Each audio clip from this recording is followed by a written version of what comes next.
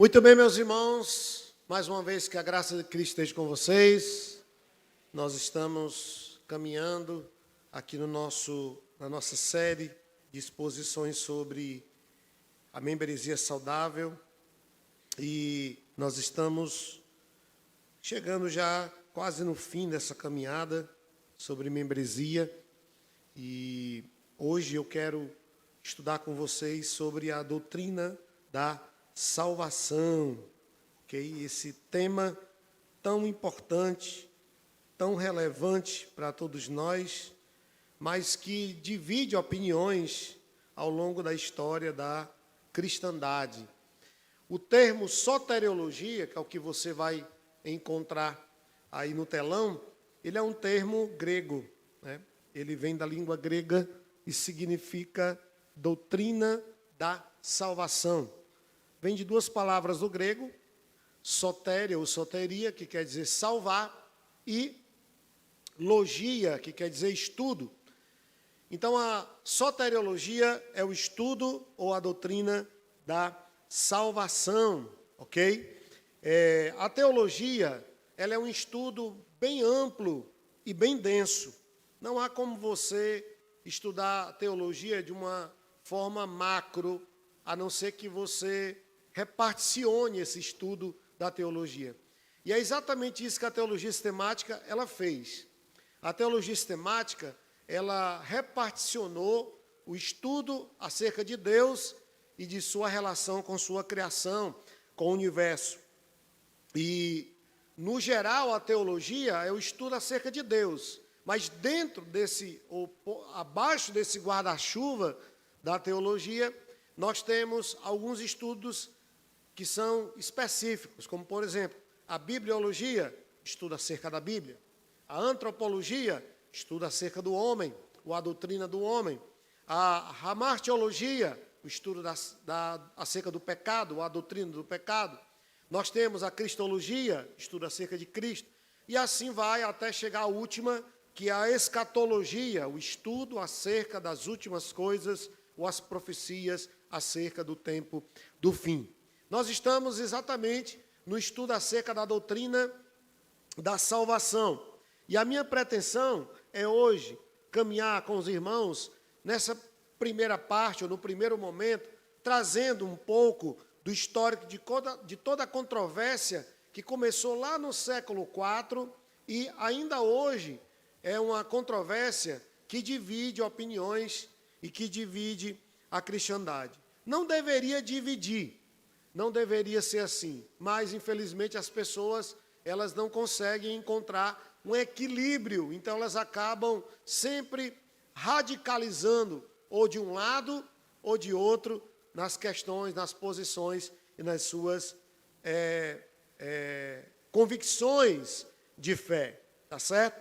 Então, isso posto, já entendendo o que é a soteriologia, que é o estudo da salvação, eu gostaria de caminhar com os irmãos sobre essa controvérsia acerca do arminianismo e do calvinismo e tentar explicar para os irmãos de onde isso veio, como surgiu e como isso tem afetado a cristandade.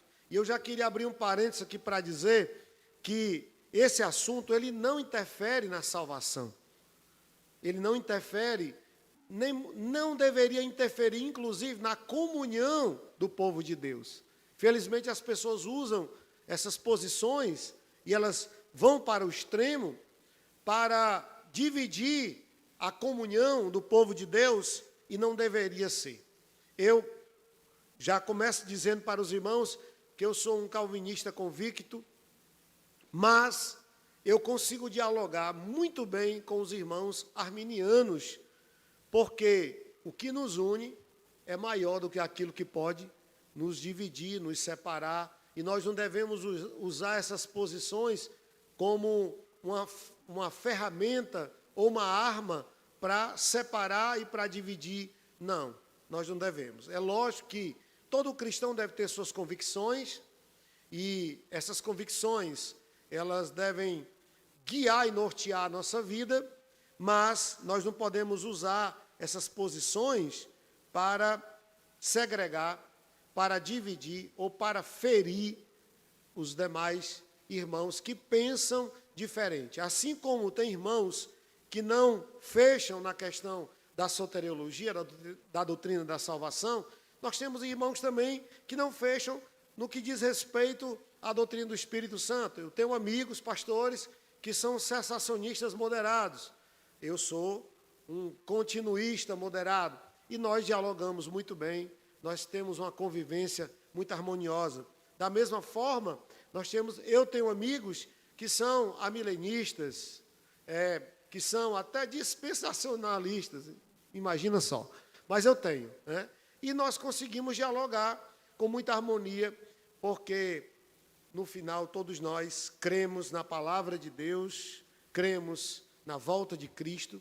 Se vai acontecer antes, durante ou depois da tribulação, é uma questão de perspectiva, mas isso não pode ser usado como um meio, um instrumento para ferir ou para segregar o povo de Deus. Os irmãos entenderam isso? Então, a gente tem que partir desse ponto, meus irmãos, para que nós possamos absorver melhor e assimilar o estudo da palavra de Deus. Então, quando começou toda essa controvérsia acerca da salvação, o homem tem o livre-arbítrio ou o homem não tem o livre-arbítrio? Deus predestinou para a salvação ou não? Deus predestinou tanto para a salvação como para a condenação ou só para a salvação? São questões que, como eu já disse no início, dividem opiniões. E tudo começa no século IV, tá? Mais precisamente no ano 354, é o ano do nascimento desse senhor chamado Pelágio. Pelágio, ele era líder, era bispo, era teólogo da igreja. Pelágio, ele era inglês. Ele nasceu na Grã-Bretanha e ele passou um bom tempo, uma boa parte da sua vida em Roma, e a história diz que Pelágio, ele era um homem de oração, era um homem de devoção a Deus. Pelágio, quando ele lê as Confissões, que é um documento escrito por Agostinho, um grande teólogo, é quase consenso entre os teólogos que Agostinho é o maior nome depois do apóstolo Paulo na teologia cristã. E Agostinho, ele escreveu duas grandes obras que até hoje elas repercutem na cristandade, e uma delas foi as Confissões, onde ele fala um pouco da sua vida, da sua história, uma biografia, e ele fala da conversão, como a graça de Deus o alcançou. E Pelágio, lendo, então, as obras de Agostinho, ele decide contrapor uma argumentação que Agostinho ele faz na sua obra Confissões. Agostinho, ele defendia a ideia de que o homem ele já nasce com a natureza pecaminosa, rendido ao pecado. Então, Agostinho argumentava que os cristãos não podiam ser continentes. Era de se esperar que praticassem a incontinência, ou seja, que caíssem, que pecassem, que falhassem, que errassem. Isso está na obra Confissões de Agostinho.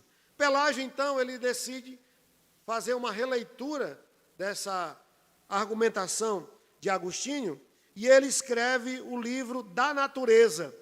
Esse livro é da autoria de Pelágio, e nele ele sustenta que os seres humanos podem ter uma vida sem pecado com os seus dons naturais, e que cabe a eles fazer isso, a cada ser humano. Ou seja, em outras palavras, o que Pelágio estava afirmando é que a vontade humana ela é livre, que o pecado de Adão não afetou a humanidade. Então, com isso, Pelágio negava o pecado original, que nós herdamos a natureza pecaminosa, que já nascemos pecadores, inclinados ao pecado. Isso acabou gerando um alvoroço muito grande na igreja, porque a igreja teve que se reunir, discutir, deliberar sobre essa nova doutrina, agora ensinada por esse monge bretão chamado Pelágio. A igreja se reúne, a igreja delibera, evidentemente que Agostinho, ele responde a todos os questionamentos de Pelágio, e a igreja, ela toma uma decisão. Ela, depois de examinar toda a doutrina pelagiana e toda a doutrina agostiniana sobre esse tema, a igreja, então, entende que a posição de Pelágio não tinha conformidade com as Escrituras, não tinha consonância com o Novo Testamento, e a igreja, em concílio, ela rejeita todo o ensino de Pelágio. Isso acontece num sínodo, lá na cidade de Jerusalém, no ano 418 depois de Cristo. Então, nesse sínodo, a igreja declara que Pelágio era um herege e que seus ensinos deveriam ser rejeitados e não deveriam ser acolhidos pela igreja.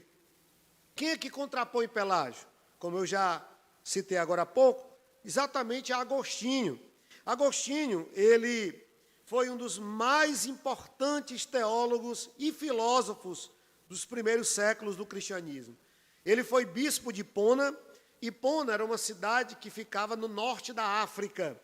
E ele escreveu duas grandes obras. Uma delas, A Cidade de Deus, quando o Império Ocidente cai, ele fala que o reino de Deus é espiritual, ele fala dessa realidade de igreja, sociedade, de Estado, e ele escreve também essa obra, que eu já citei agora há pouco para os irmãos, chamada de Confissões. Eu recomendo até que vocês leiam, porque é uma obra magnífica da vida, do testemunho desse grande homem de Deus.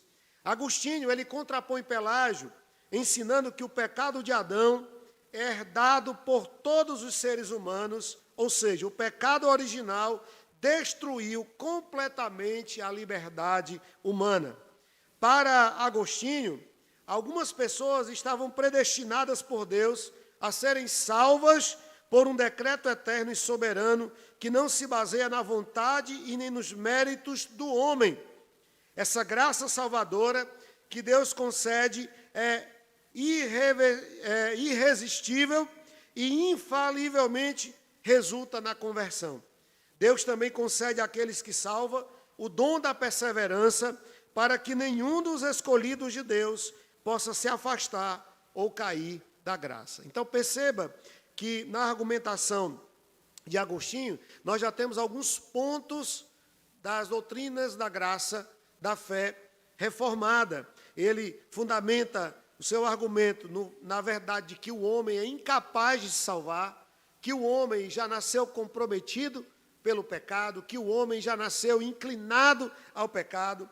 Ele diz que a vontade do homem não é livre, é uma vontade escrava do pecado, da sua própria natureza, que a salvação é uma obra de Deus, que Deus predestina aqueles que Ele deseja e escolheu salvar, que Deus chama e ninguém consegue resistir a esse chamado de Deus, e que, por fim, é Deus que sustenta os eleitos para que eles não caiam na graça e permaneçam até o fim. A igreja decide, então, delibera, como eu já mencionei, e a igreja rejeita a doutrina pelagiana sobre o livre-arbítrio, que o homem é livre para escolher, de que o homem ele não foi afetado pelo pecado de Adão e que ele pode, sim, escolher livremente entre o certo e o errado, entre Deus, entre a salvação e a perdição. Esse assunto, ele não morre, porque a gente sabe que o problema não é o porre, é a ressaca. Então, nunca morre assim, de uma hora para outra. Nós estamos, há muitos séculos depois, tratando desse assunto aqui, hoje no culto de doutrina. Porque o assunto, ele não se encerrou aí. A história da igreja diz que alguns pais capadócios, eles acabam continuando a defender as ideias de Pelágio.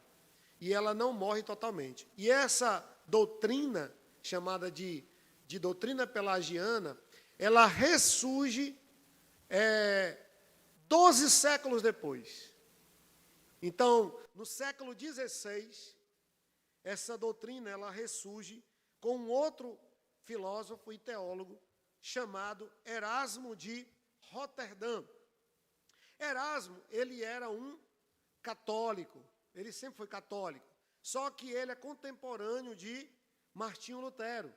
E, inclusive, alguns historiadores dizem que algumas ideias de Lutero, elas vieram a partir dos escritos exatamente de Erasmo. Erasmo, ele mesmo sendo um católico, ele era simpatizante das ideias de Lutero. E antes da reforma, ele já se opunha ao domínio excessivo da igreja sobre a vida das pessoas, a essa questão da vida monástica muito fechada. Ele pregava o fim do domínio religioso na educação, e os abusos que o clero cometia já eram denunciados por Erasmo de Roterdã em seus livros, em seus escritos. Mas há uma ruptura muito grande entre Erasmo e Lutero. Embora Lutero tenha lido Erasmo e tenha se inspirado em algumas de suas ideias, eles rompem a partir do momento em que Erasmo ele se sente pressionado pela Igreja Católica a se posicionar.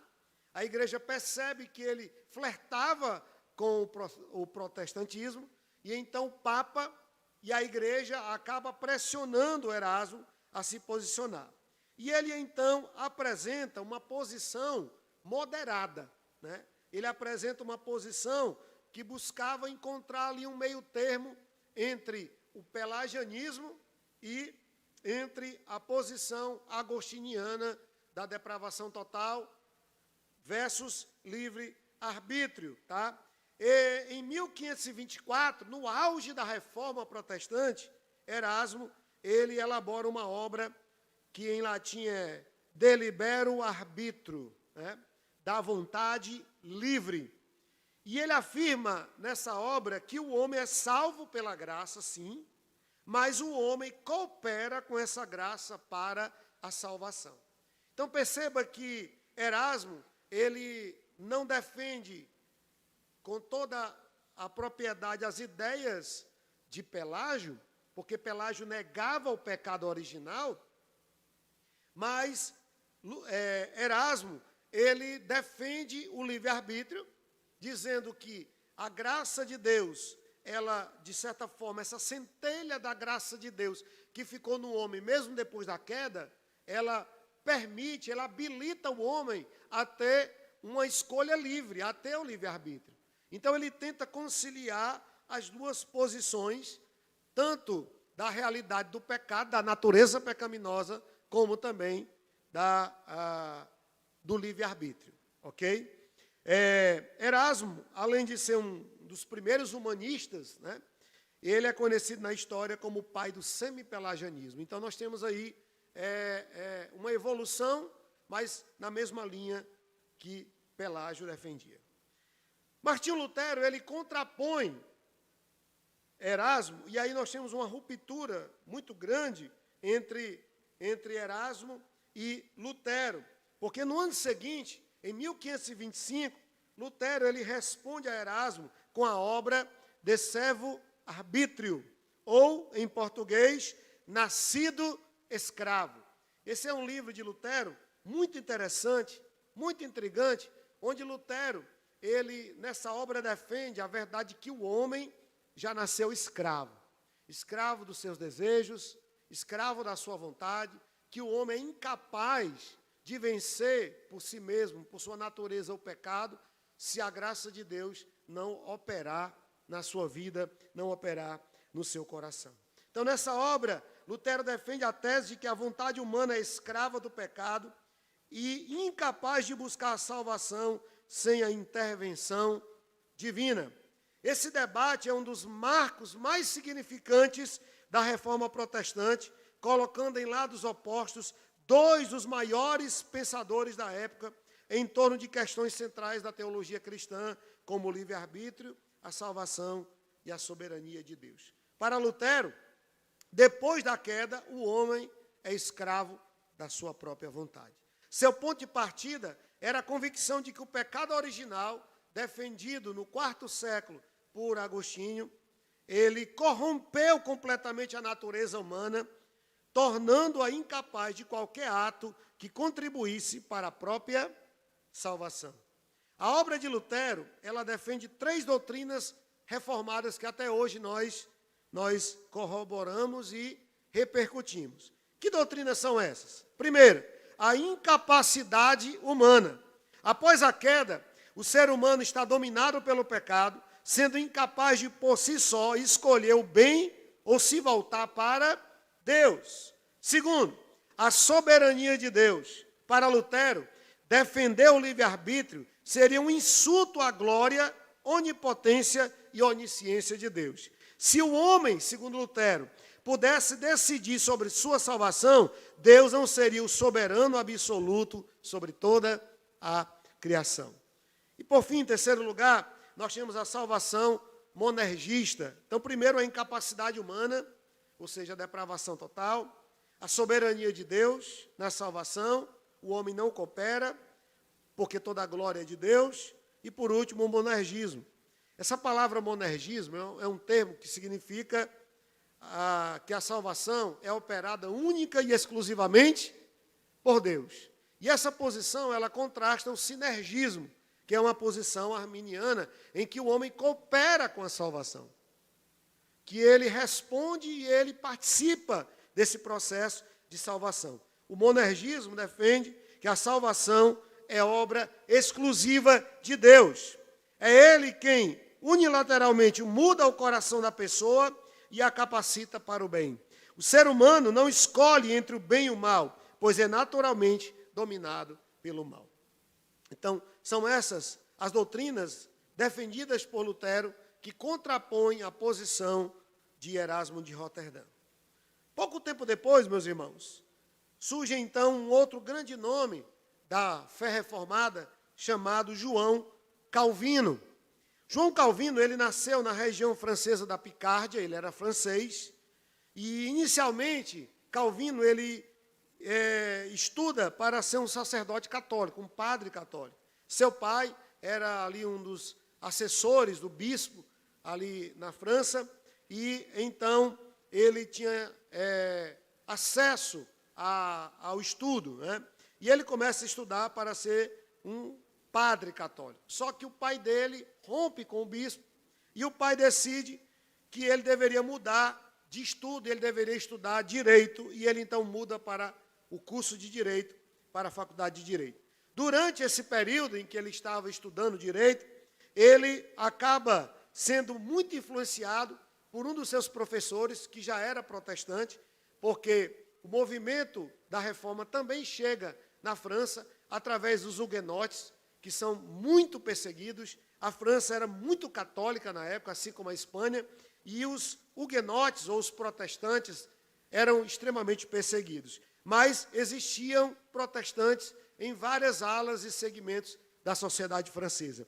E um dos professores de Calvino era protestante. Ele começa a apresentar a fé protestante para Calvino. Calvino, assim como Lutero e assim como outros grandes nomes da história da igreja, se converte lendo Romanos. Ele converte-se à fé protestante e começa a trabalhar para o avanço da fé protestante na França. Nesse período, ele decide escrever um documento, uma obra, intitulada As Institutas da Religião Cristã. E esse documento, escrito por Calvino, tinha por objetivo apresentar a fé protestante ao rei Francisco I, que era um rei de tradição católica, e o objetivo, assim como advogado e agora tendo conhecimento da fé cristã, né, da fé reformada, da fé protestante, melhor dizendo, ele então fundamenta essa obra dizendo, olha, nós cremos nisso. Então era uma espécie de confissão de fé, onde ele apresenta a fé dos protestantes na tentativa de convencer o rei Francisco I que a fé protestante não era inimiga do Estado, não era inimiga do rei, para que o rei assim pudesse permitir que o protestantismo fosse praticado na França, mas ele não teve sucesso com essa obra. Até hoje, as Institutas da Religião Cristã é um documento muito importante para a fé protestante, sobretudo para a fé reformada, porque nessa obra, Calvino, ele sintetiza as doutrinas reformadas. Até então esse termo não era usado, mas o que era usado era a fé protestante. E ele sintetiza as doutrinas da fé protestante nesse documento chamado As Institutas da Religião Cristã. Ela foi publicada em 1536. E as Institutas abordavam o quê? Elas traziam algumas doutrinas sobre a soberania de Deus, a predestinação e a justificação pela fé. Ele ensinou que a salvação, no caso Calvino, é um ato exclusivo da graça divina, baseado na soberania de Deus. Desse modo, a salvação não depende de méritos humanos ou de boas obras, mas sim de uma escolha eterna e incondicional de Deus. Calvino, mesmo sendo francês, ele desenvolveu o ministério dele numa cidade suíça chamada Genebra. E Genebra acabou se tornando o centro da fé reformada para toda a Europa. Formou inúmeros e inúmeros pastores, inúmeros e inúmeros líderes religiosos. Inclusive, muitos dos puritanos, quando voltam para a Inglaterra, voltam já professando a fé calvinista. E nós temos o movimento de reforma na igreja anglicana a partir dos calvinistas ali ingleses, né, os puritanos, dos quais nós, os congregacionais, fazemos parte dessa história e desse movimento. Depois de Calvino, nós temos, finalmente, Jacó Armínio, que é o pai do arminianismo, né? Eles não se conheceram, até porque quando Calvino morreu, Armínio tinha apenas 4 anos de idade. Então, Armínio, ele nasce em 1560 e Calvino morre em 1564. Mas nós temos uma história muito intrigante aqui. Eu acredito que muitos arminianos nem conhecem, nem sabem sobre isso, né? Armínio, ele era um pastor reformado ali na Holanda. Ele pastoreou algumas igrejas na Holanda de confissão reformada, de confissão calvinista. Inclusive, Armínio, ele chegou a estudar em Genebra com um dos discípulos de Calvino, chamado Teodoro de Beza. Então, ele passa um tempo ali estudando em Genebra, em 1584, tá? Só que ele passa pouco tempo, porque ele tinha uma linha de interpretação dentro da filosofia que divergia da tradição dos reformados. Ele acaba indo para Basileia, passa um tempo ali, continua os seus estudos. Depois, ele é convidado para assumir a igreja em Amsterdã, em 1588.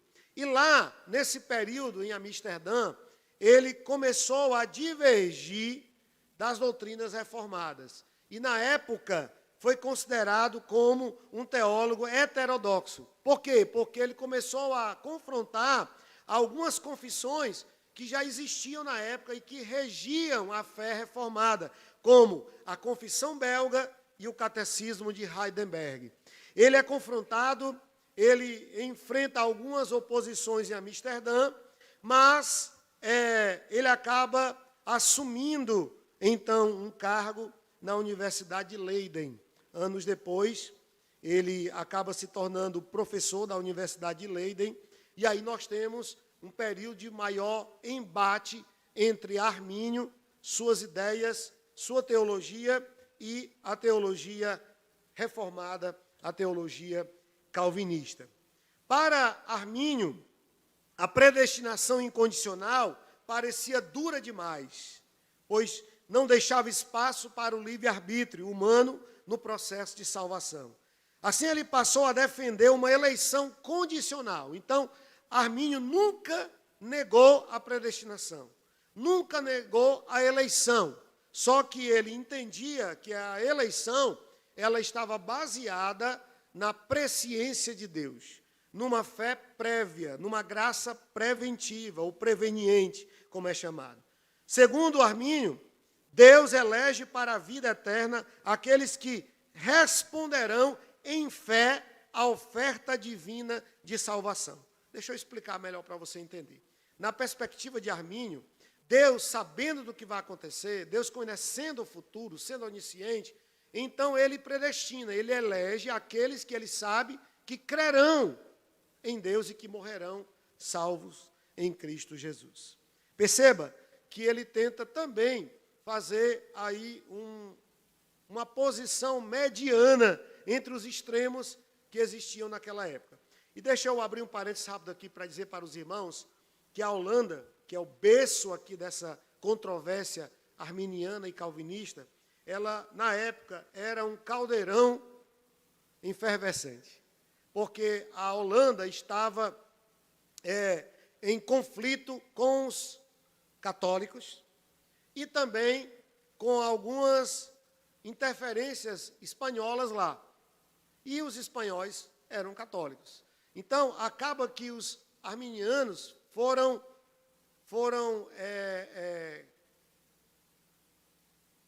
fugiu a palavra aqui.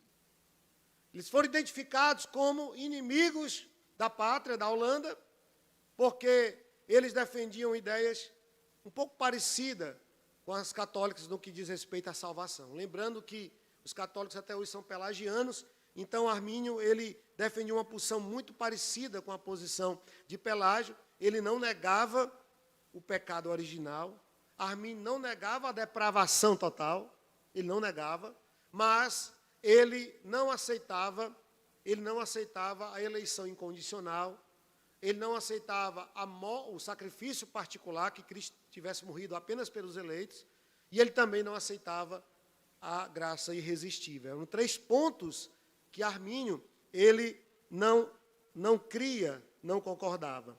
E tudo isso gerou muitos debates ali na igreja holandesa, tá certo?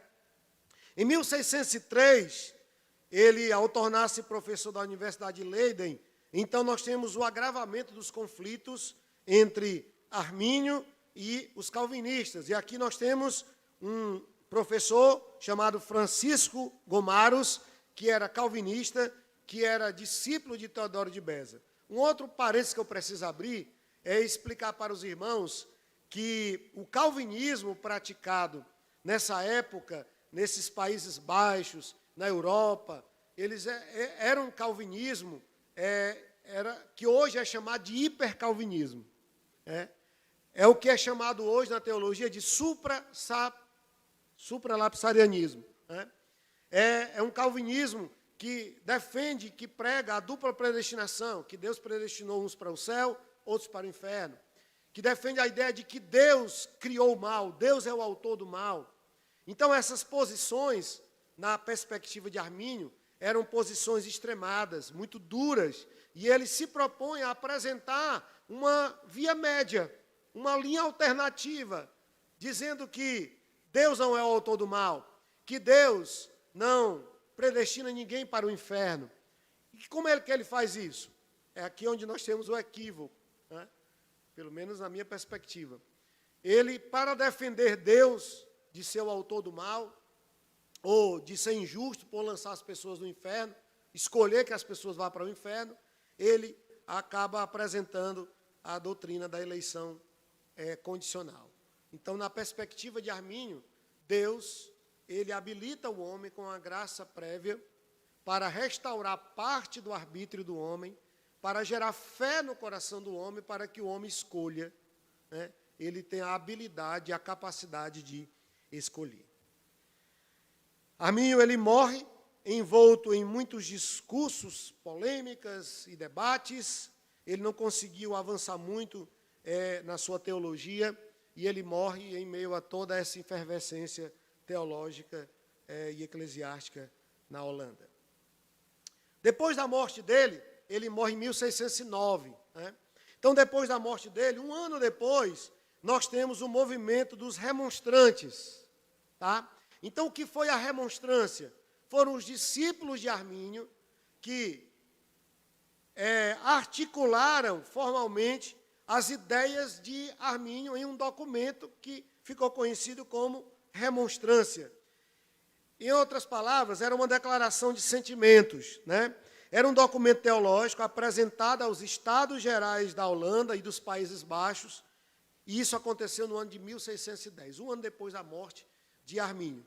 E os discípulos de Armínio, assim como os discípulos de Calvino, especialmente Teodoro de Beza, eles extremaram algumas posições. Eles colocam em alguns documentos aquilo que Armínio nunca defendeu e nunca afirmou. Assim como alguns discípulos de Calvino colocam ali, nos documentos supostamente que Calvino escreveu, ou interpretam posições que são extremadas, né? Você, quando lê as Institutas, você não consegue concluir que Armínio ele era supralapsariano, por exemplo. Você não consegue concluir isso. Porque ele não declara isso abertamente, mas é uma interpretação.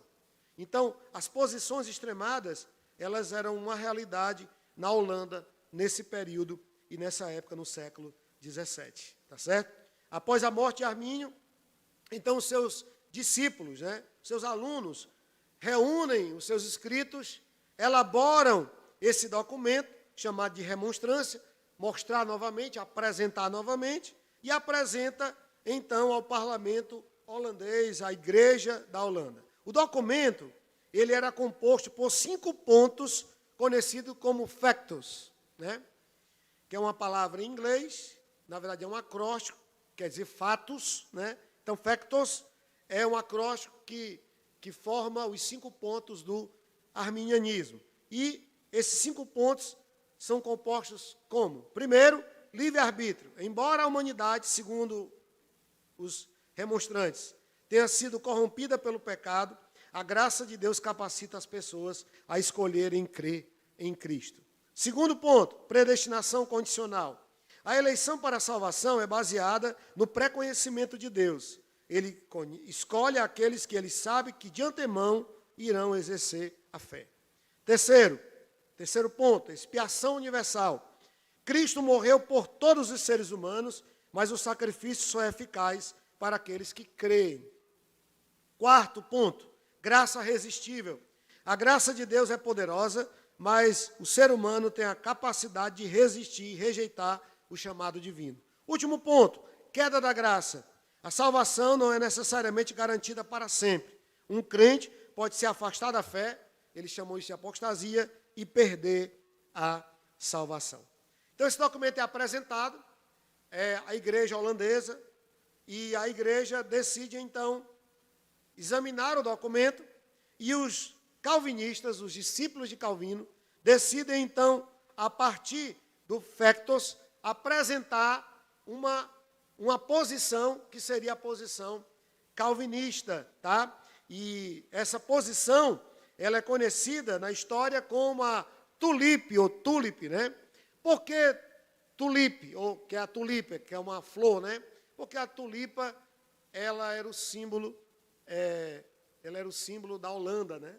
Da fé reformada holandesa. Inclusive, se você tem a Bíblia de Estudo de Genebra, que foi inclusive organizada por Calvino, né? Em Genebra, por isso que tem esse nome, Bíblia de Estudo de Genebra, porque ele estava lá em Genebra quando ele preparou essa Bíblia com comentários, né, bíblicos.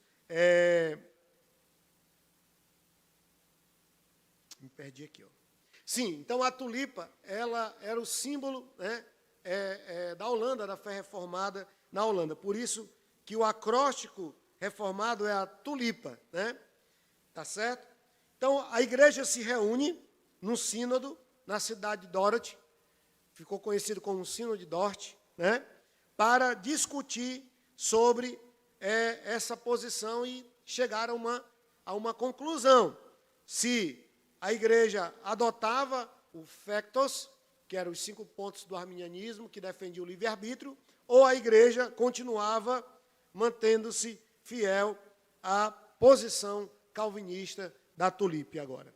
Então, para resolver a controvérsia, o sínodo é convocado em 1618, e ele só termina em 1619.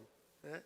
Não durou um ano, mas foram meses, tá? Mais de 150 audiências para discutir os temas, que é um assunto bem bem complexo, né? Até hoje é um assunto complexo. O principal resultado do sínodo foram os cânones de Dort. Cânones são declarações, são documentos, né?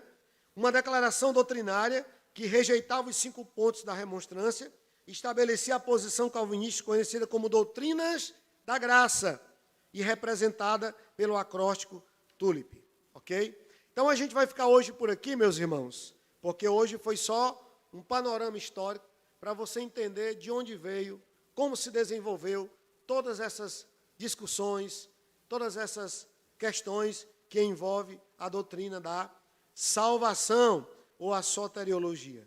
Na próxima semana, se Deus permitir, eu quero concluir, então, apresentando aos irmãos os 5 pontos e o que cada um deles defende e declara. Eu queria convidar você a voltar para Efésios capítulo 2. Eu queria terminar essa estudo, essa palestra, voltando para o texto que foi lido no prelúdio do culto, Efésios capítulo 2, versículos de 1 a 10. E, a princípio, eu queria chamar a sua atenção para os versículos de 1 a 3. Olha o que Paulo diz. Ele vos deu vida, estando vós mortos nos vossos delitos e pecados, nos quais andastes outrora, segundo o curso deste mundo, segundo o príncipe da potestade do ar, do espírito que agora atua nos filhos da desobediência, entre os quais também todos nós andamos outrora, segundo as inclinações da nossa carne, fazendo a vontade da carne e dos pensamentos.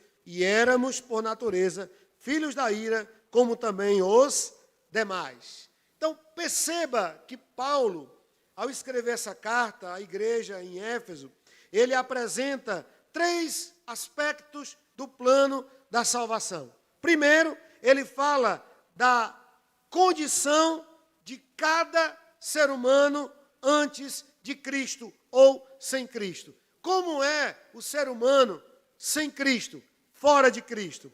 Paulo vai dizer que o homem sem Cristo, ele, em primeiro lugar, está morto.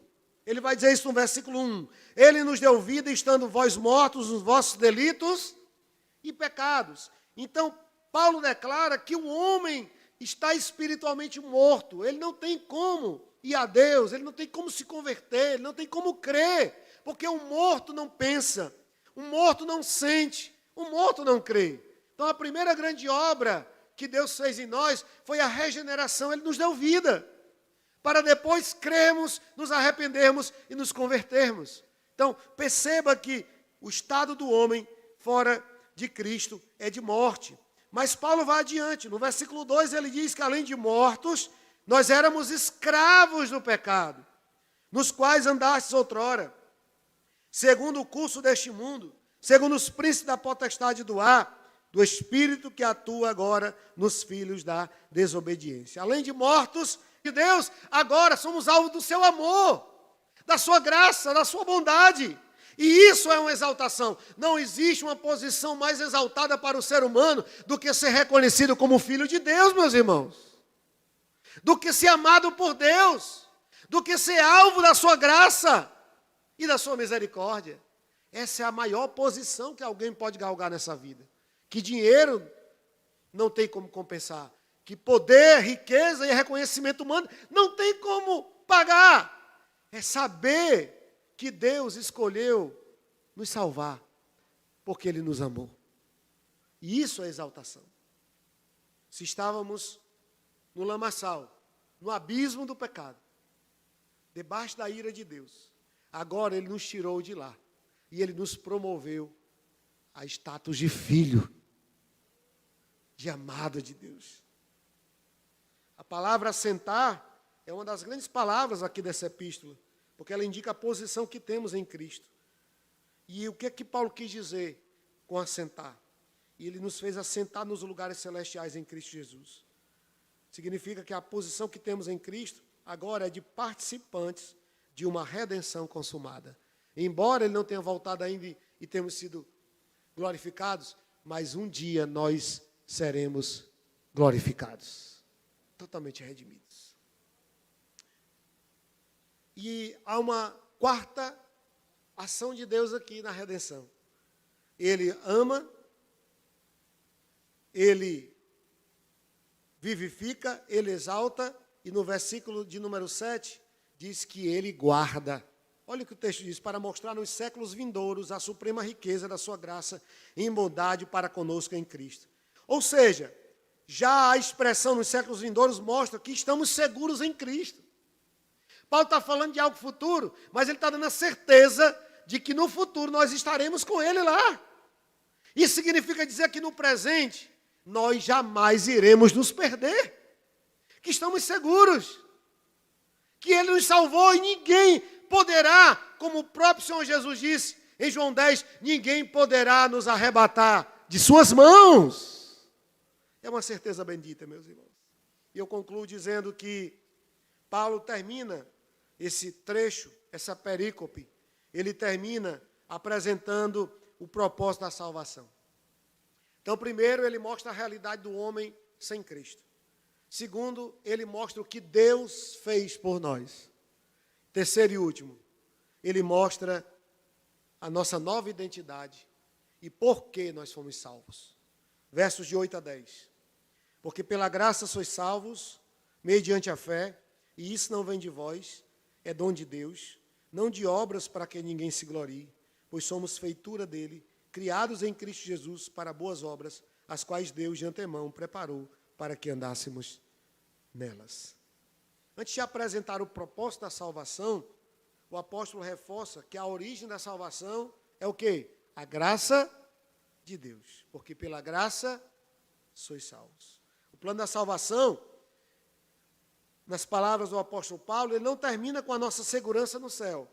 A certeza que não nos perderemos. Ele nos redesenha um propósito aqui na terra. Que propósito é esse? Para que somos salvos? Não é só para estarmos com Cristo eternamente na glória. Mas há também um propósito para cá, para o presente. Nós temos aqui a realidade da salvação no futuro, quando seremos totalmente redimidos e glorificados, e reinaremos com Cristo pelos séculos e séculos. Mas nós temos uma realidade hoje, para o presente, para a vida aqui na terra. Que realidade é essa? Que propósito é esse? Para as boas obras. As obras não são a raiz da salvação. Paulo deixa isso claro, que ninguém é salvo pelas obras, mas para as boas obras. Perceba que ninguém é salvo pela, mas é para as boas obras. Então as obras não salvam, mas o salvo é salvo para praticar obras de justiça. E há um outro texto, aliás, esse mesmo texto, melhor dizendo, no versículo 10, Paulo diz que Deus preparou de antemão para que eu e você andássemos nessas boas obras, obras de justiça. Então perceba, meus irmãos, que o plano da salvação, ele diz respeito ao passado, que Cristo consumou na cruz. Ele diz respeito ao futuro, porque garantiu a nossa eterna redenção. Mas ele diz respeito ao presente, para que vivamos uma vida, para que glorifique a Deus, para que mostre Cristo com as nossas boas obras, obras de justiça. E essas obras não levam à salvação, mas essas obras é uma identificação, é uma característica de que você é um salvo em Cristo Jesus. Amém, meus queridos?